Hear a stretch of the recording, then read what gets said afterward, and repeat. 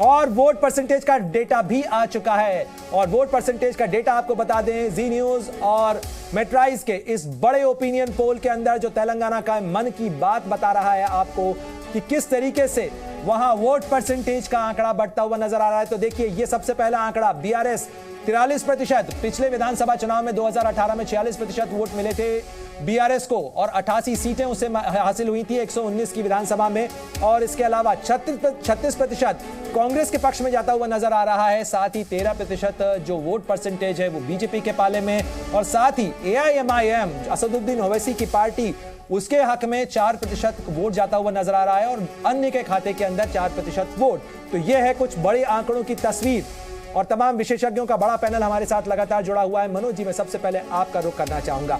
इस आंकड़े के हिसाब से अगर देखा जाए तो पिछले विधानसभा चुनाव और इस विधानसभा चुनाव के लिए ओपिनियन पोल के अंदर बीआरएस को नुकसान महज 3% का, लेकिन कांग्रेस का गेन इस समय बड़ा नजर आ रहा है 36%। पिछली बार शायद 18% उनका वोट परसेंटेज था। कैसे पढ़ते हैं इन आंकड़ों को?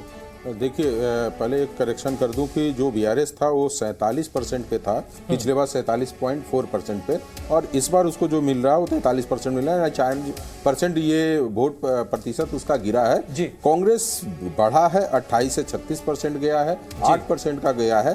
और ये जो वोट आ रहे हैं ये बीआरएस के तरफ से भी आ रहे हैं और अदर्स के वोट में भी जो पिछली बार गए थे 14%, जो अभी हमारे जो आंकड़े में आ रहे हैं वो मात्र 4% आ रहे हैं। ये सारे आंकड़े जो है कि कांग्रेस को कहीं ना कहीं फायदा और एआईएमआईएम को फायदा पहुंचा रहा है। आंकड़े जो वोट परसेंटेज है, आपको बता दें, वोट परसेंटेज सीट का मतलब नहीं होता। वोट परसेंटेज वो होता है कि हमारी कौन सी सीटें पे कितने बड़ी मार्जिन के साथ जीत हो सकती है। पिछले बार बीआरएस को देखेंगे कि बीआरएस काफी सीटों पे बहुत बड़े मार्जिन के सीटों पे जीती थी। मार्जिन वोट उनका ज्यादा था, 25,000, 30,000, 35,000, 50,000 की वोटों पे उनके जीती थी।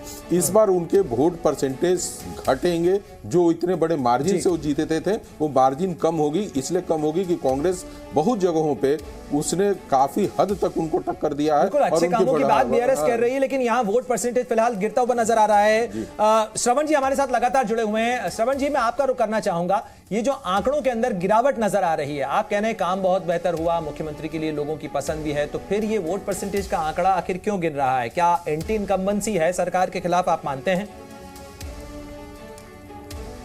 नहीं, ये तो दो टर्म हुकूमत में रहने के बाद में एंटी इनकम्बेंसी रहना तो it's a very common phenomena, उसके लिए कोई चिंता नहीं है।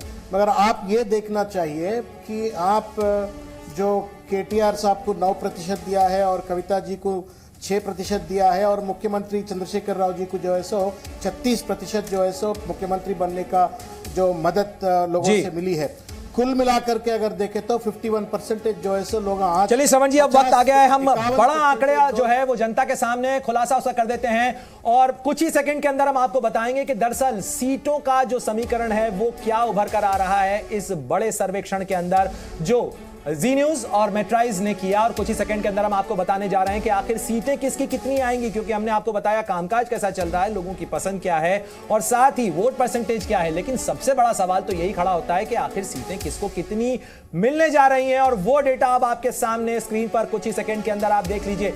यह है बड़ा आंकड़ा जो कि जी न्यूज और मेट्राइज के तेलंगाना विधानसभा चुनाव को लेकर किए गए ओपिनियन पोल के अंदर निकलकर सामने आ रहा है।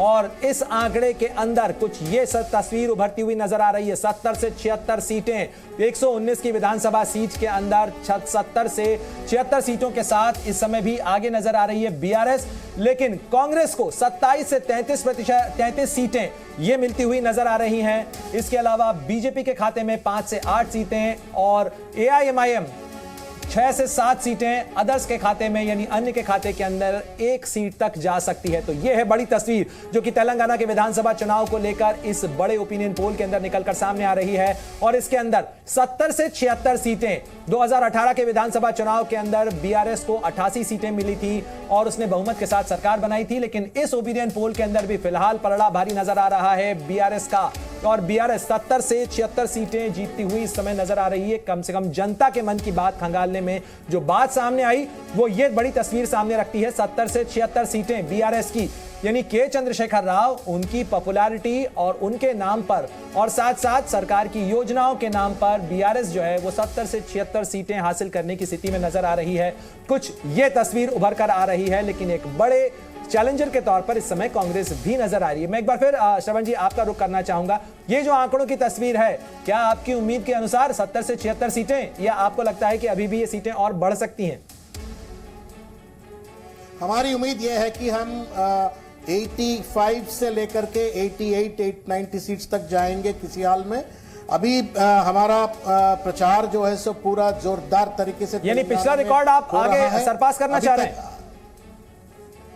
बराबर सरपास करेंगे, पिछला रिकॉर्ड को सरपास करेंगे। कांग्रेस का क्रेडिबल लीडरशिप नहीं है। कांग्रेस अभी तक उनका टिकट अनाउंसमेंट भी नहीं किए। बीजेपी जो है सो बहुत सारे अपने अंदरूनी परेशानियों में है, लीडरशिप का क्राइसिस है उसके पास। ये सब लोगों के बीच में केसीआर साहब एक बड़ा चेहरा आज नजर आ रहा है। जैसा कि 10 साल में क्रेडिबिलिटी है, कंट्रीब्यूशन है, कमिटमेंट है, प्रूवन तेलंगाना डेवलपमेंट मॉडल है, और साथ ही साथ में एक भरोसा है। तेलंगाना में आज केसीआर साहब के ऊपर भरोसा है। जितना उन्हें 10 साल में जो डेवलपमेंट, शालिनी जी आपकी बात सुन के मुस्कुरा रही हैं। अगर कंटिन्यू करना है तो केसीआर साहब ही आना है। शालिनी जी आपकी बात सुन के मुस्कुरा रही है। शालिनी जी आप कुछ कहना चाहती हैं? प्रणय जी मेरी बहन तो मुस्कुराना ही चाहिए। मैंने आंकड़े देखे, लेकिन मैं आपको बोलना चाहूंगी कि देखिए, आपने कांग्रेस वालों को बुलाया नहीं या फिर वो आए नहीं, क्योंकि बीआरएस और कांग्रेस के प्रवक्ता एक ही है। तो इसीलिए जनता को पता है कि बीआरएस को वोट देना या कांग्रेस को वोट देना एक ही बात है। इसीलिए ऑल्टरनेट बनके देखिए, आजकल मैच जो है ये T20 का खेल है, और T20 में अभी तक हमने सचिन तेंदुलकर उतारा नहीं है।